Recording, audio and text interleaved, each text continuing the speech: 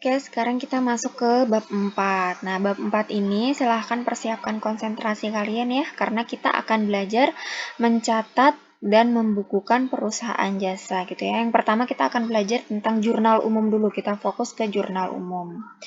Mencatat transaksi ke jurnal. Tadi kan kita ketika ada transaksi kita kumpulkan ya bukti-bukti transaksi kita, baik itu kwitansi, nota, faktur, dan lain sebagainya.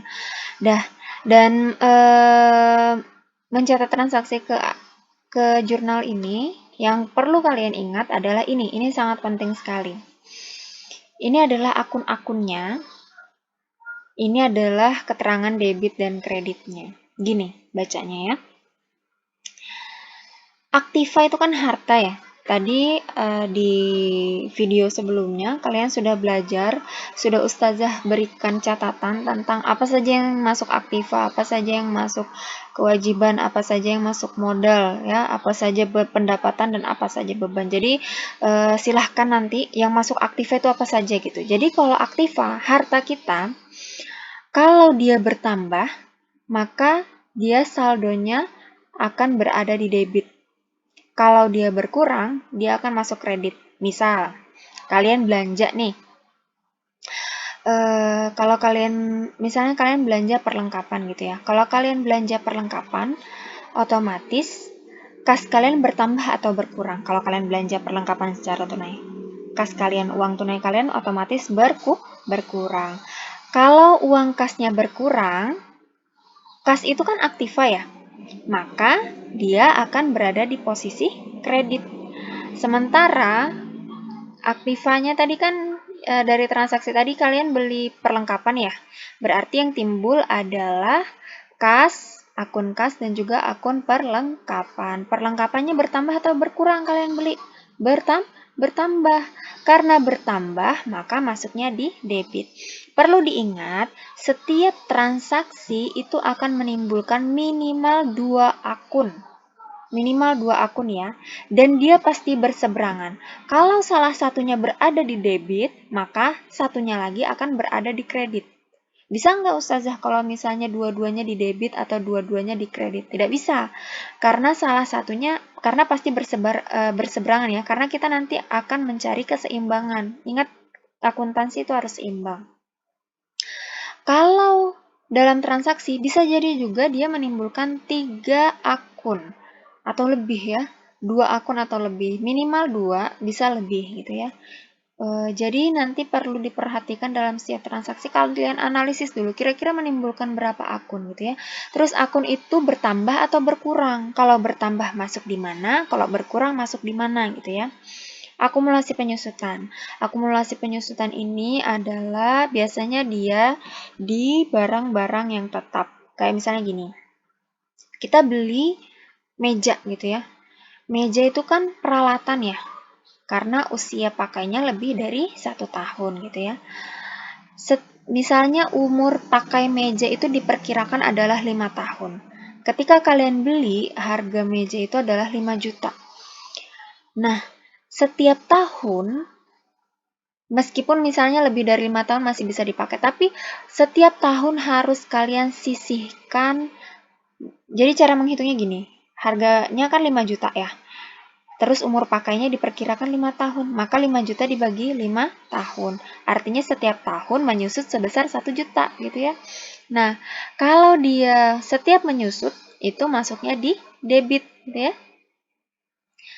Kemudian kewajiban. Kewajiban ini terdiri dari hutang-hutang tadi ya. Nah, supaya mudahnya gini, kalau aktiva itu dia bertambahnya di debit, kalau berkurangnya di kredit. Kalau kewajiban dan modal ketika dia bertambah di kredit, ketika berkurang di debit. Gitu. Jadi misalnya gini, kewajiban ini kan terdiri dari hutangnya. Kalau misalnya kalian berhutang, Salon Andara membeli peralatan secara kredit kepada perusahaan Jaya misalnya. Nah, otomatis Salon Andara ini dari transaksi tersebut akan menimbulkan 2 akun. Akun apa saja? Yang pertama adalah peralatan, karena kan dia beli peralatan ya, beli peralatan, tapi secara kredit. Karena dia beli peralatannya secara kredit, artinya hutangnya bertambah. Kalau hutangnya bertambah, otomatis diletakkan di sebelah kredit, gitu ya. Kemudian pendapatan dan beban. Nah, sama seperti tadi, pendapatan ketika pendapatan kalian bertambah, maka akan ditaruh di sebelah kredit. Ketika pendapatan kalian berkurang, maka akan ditaruh di sebelah kredit. Sebelah debit. Beban. Ketika beban kalian bertambah, masuknya di debit. Ketika beban kalian berkurang, masuknya di kredit. Kita lihat di transaksi ya, contoh-contoh transaksi. Ini bentuk jurnalnya. Silakan dibuat bentuk jurnalnya ya. Ini adalah jurnal umum. Nah, jurnal umum ini bentuknya seperti ini. Setiap kali kalian buat jurnal umum, harus ditulis jurnal umum, supaya kalian tidak tertukar mana buku besar, mana neraca gitu ya. Jadi, harus dikasih judul berupa jurnal umum.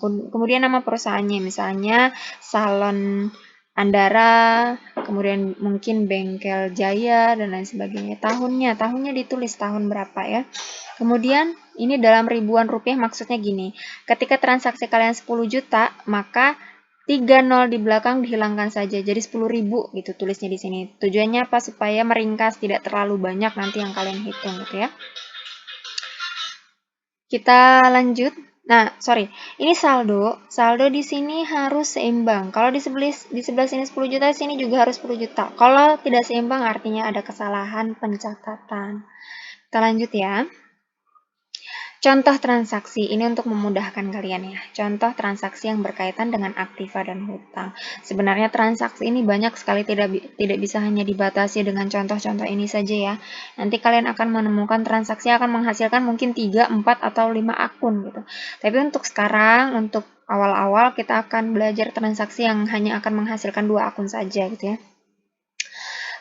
Silahkan sebelum kalian menyimak contoh ini, tabel yang ini harus sudah dibuat, dan yang ini sudah harus dicatat.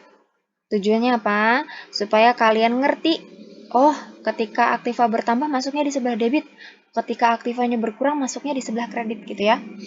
Oke, supaya mudah silahkan dicatat dulu yang ini, mencatat transaksi ke jurnal, sama yang ini, bentuk jurnalnya ya. Oke, kita langsung. Pastikan sudah kalian catat. Nah, simak baik-baik. Pada tanggal 1 Maret 2006, perusahaan meminjam uang dari bank sebesar 10 juta rupiah. Nah, kita analisis dulu. Tulis dulu tanggalnya, 1 Maret, tanggal satunya di sini, 2006 bulan Maret. Dari transaksi ini, akun apa yang timbul? Dia meminjam uang dari bank sebesar 10 juta. Otomatis uang kasnya bertambah sebesar 10 juta. Karena dia meminjam uang, artinya dia berhutang. Hutangnya bertambah atau berkurang? Bertambah. Oke, kita analisis tadi kas ya, yang pertama ya. Kasnya bertambah. Karena kasnya bertambah, masuknya di sebelah debit 10 juta ya. Maka di sini ditulisnya 10.000 karena dalam ribuan rupiah. Kalau tidak ada tulisan dalam ribuan rupiah, maka harus kalian tulis 10 juta. Tapi karena ada tulisan dalam ribuan rupiah, maka cukup kalian tulis 10.000 aja, hilangkan 3 nol di belakang karena dia tulisannya dalam ribuan rupiah. Kemudian yang kedua, menimbulkan hutang. Kan tadi kan namanya hutang bank. Nah, hutang bank ini referensinya tadi nomor referensinya bisa kalian lihat tadi ya di video sebelumnya ya. Ada catatannya di situ. Kalau kas nomor referensinya berapa? 101. Hutang bank nomor referensinya berapa? Jadi bisa kalian ambil dari situ. Nah, hutang banknya kalau hutang bertambah, hutangnya kan bertambah ya. Kalau hutang bertambah masuknya di sebelah kredit gitu ya. Ingat, dia harus berseberangan. Kalau di sebelahnya debit, maka satunya harus kredit gitu ya. Tidak boleh sama-sama di debit. Berarti dia harus berseberangan gitu. Supaya mudahnya ya seperti itu ya, mengingatnya. Selanjutnya, pada tanggal 7 Maret 2006, perusahaan menerima uang atas pekerjaan yang belum dilaksanakan sebesar 1 juta rupiah.